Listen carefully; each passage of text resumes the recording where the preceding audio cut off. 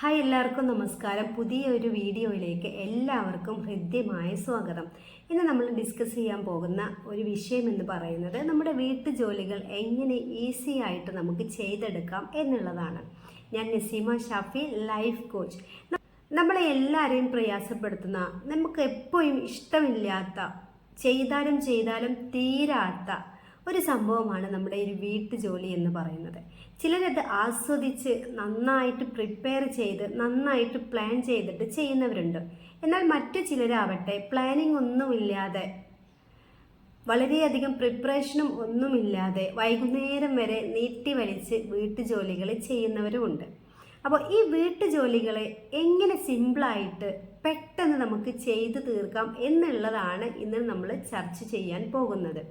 അതായത് first of all നമ്മൾ ചെയ്യേണ്ടുന്ന ഒരു കാര്യം എന്ന് പറയുന്നത് നമ്മൾ നിശ്ചിത സമയം തീരുമാനിക്കുക എന്നുള്ളതാണ്. അതായത് വീട്ടുജോലി എന്ന് പറയുമ്പോൾ നമുക്ക് കുക്കിംഗ് ഉണ്ടാവാം, ക്ലീനിങ് ഉണ്ടാവാം, ബാക്കിയുള്ള പല ജോലികളും ഉണ്ടായിരിക്കും. അപ്പം ഓരോ ജോലിക്കും നിശ്ചിത സമയം നമ്മൾ തീരുമാനിക്കുക. ആ സമയത്തിന് ഉള്ളിൽ തന്നെ ആ ഒരു ജോലി ഈസി ആയിട്ട് ചെയ്തെടുക്കുക എന്നുള്ളതാണ് ഫസ്റ്റത്തെ ഒരു ടെക്നിക്ക് എന്ന് പറയുന്നത്.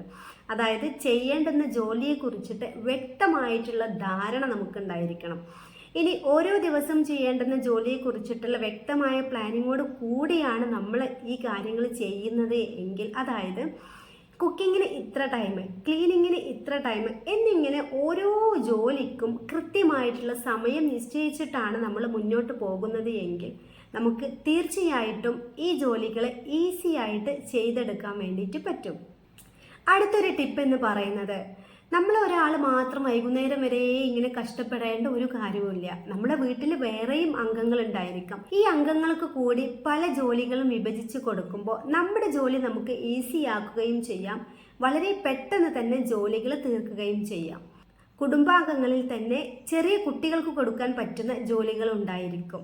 ഡ്രസ്സ് മടക്കി വെക്കുക, അതുപോലെ തന്നെ ചെറിയ കാര്യങ്ങളിലേക്ക് ഹെൽപ്പ്, പാത്രങ്ങൾ എടുത്ത് തന്ന് സഹായിക്കുക, അതോടൊപ്പം തന്നെ വെജിറ്റബിൾസ് ഫ്രിഡ്ജിൽ നിന്നും എടുത്തു കൊണ്ടുവരാം. ഇങ്ങനെയുള്ള ചെറിയ ജോലികൾ നമുക്ക് കുട്ടികളെ ഏൽപ്പിക്കാം. അപ്പോഴും ആ ഒരു ടൈമും നമുക്ക് അവിടെ ലാഭിക്കാവുന്നതാണ്.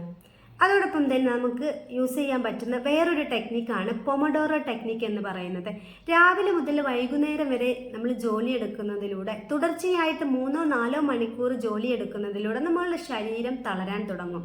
നമുക്ക് പിന്നീട് മുന്നോട്ടേക്ക് ജോലി എടുക്കാൻ കഴിയാതെ വരും. അതായത് ഇവിടെ നമുക്ക് ചെയ്യാൻ പറ്റുന്ന ഒരു ടെക്നിക്കാണ് പൊമഡോറോ ടെക്നിക്ക്. അതായത് ഒരു 25 മിനിറ്റ് നിങ്ങൾ ജോലി ചെയ്യുക, 5 മിനിറ്റ് റെസ്റ്റ് എടുക്കുക.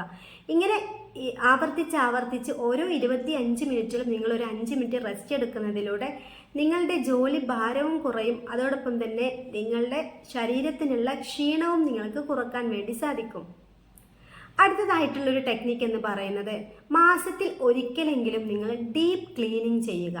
ഡീപ്പ് ക്ലീനിങ് എന്ന് പറയുമ്പോൾ നമുക്കറിയാം, നമ്മൾ ജനാലകൾ, വാതിലുകൾ, അതുപോലെ ചുമരുകൾ എല്ലാം ഒന്ന് ഡീപ്പായിട്ട് ക്ലീൻ ചെയ്യേണ്ടതായിട്ട് വരും. അപ്പം ഈ രീതിയിൽ മാസത്തിലൊരിക്കൽ വീടിൻ്റെ എല്ലാ മുക്കിലും മൂലയിലും ക്ലീനിങ് എത്തുന്ന രീതിയിൽ ഡീപ്പായിട്ട് നിങ്ങൾ ക്ലീൻ ചെയ്യുക. ഈ ഡീപ്പ് ക്ലീനിങ് ഒറ്റ ദിവസം കൊണ്ടാണോ നമ്മൾ കംപ്ലീറ്റ് ചെയ്യേണ്ടത്? ഒരിക്കലുമല്ല. ഒരു ദിവസം ഒരു റൂം എടുക്കുക, അടുത്ത ദിവസം മറ്റൊരു റൂം. അതായത് ഓരോ ദിവസവും ഓരോ റൂം ക്ലീൻ ചെയ്യുമ്പോൾ അത് നമുക്ക് ഭയങ്കരമായിട്ട് നമ്മളെ ബാധിക്കില്ല. അതോടൊപ്പം തന്നെ ഭയങ്കര ഒരു കഠിനാധ്വാനം ചെയ്ത ഫീലും നമുക്ക് ഉണ്ടാവില്ല. പിന്നെ നമ്മൾ ക്ലീനിങ് ചെയ്യുമ്പോൾ ശ്രദ്ധിക്കേണ്ടത് എപ്പോഴും ടോപ്പ് ടു ബോട്ടം നമ്മൾ ക്ലീൻ ചെയ്യാൻ വേണ്ടിയിട്ട് ശ്രദ്ധിക്കുക. അതോടൊപ്പം തന്നെ നമ്മൾ ഒഴിവാക്കേണ്ടുന്ന ഒരു കാര്യമാണ് മൾട്ടി ടാസ്കിങ് എന്നുള്ളത്. ഈ മൾട്ടി ടാസ്കിങ് കൊണ്ട് പലപ്പോഴും നമ്മൾ അബദ്ധത്തിൽ ചെന്ന് ചാടാറുണ്ട്. ഇപ്പം നമ്മൾ കിച്ചണിൽ എന്തെങ്കിലും, നമ്മൾ സ്റ്റൗവിൽ എന്തെങ്കിലും വെച്ചിട്ടായിരിക്കും വേറെ എന്തെങ്കിലും കാര്യങ്ങളിലോട്ട് തിരിയുന്നത്. അപ്പം ഈ ഒരു ടൈമിനകത്ത് നമുക്ക് അതിലോട്ട് ശ്രദ്ധ എത്തിയിട്ടില്ലെങ്കിൽ ആ ഒരു സ്റ്റൗവിൽ വെച്ചിട്ടുള്ള സംഭവം ചിലപ്പോൾ ഒന്നിനും കൊള്ളാതെയും മാറിയിട്ടുണ്ടാവും. അപ്പോൾ മൾട്ടി ടാസ്കിങ് നിങ്ങൾ ചെയ്യാം, നിങ്ങൾക്ക് നന്നായിട്ട് ശ്രദ്ധിച്ച് ചെയ്യാൻ പറ്റും എന്നുള്ളവർ മാത്രം മൾട്ടി ടാസ്കിങ് ചെയ്യുക.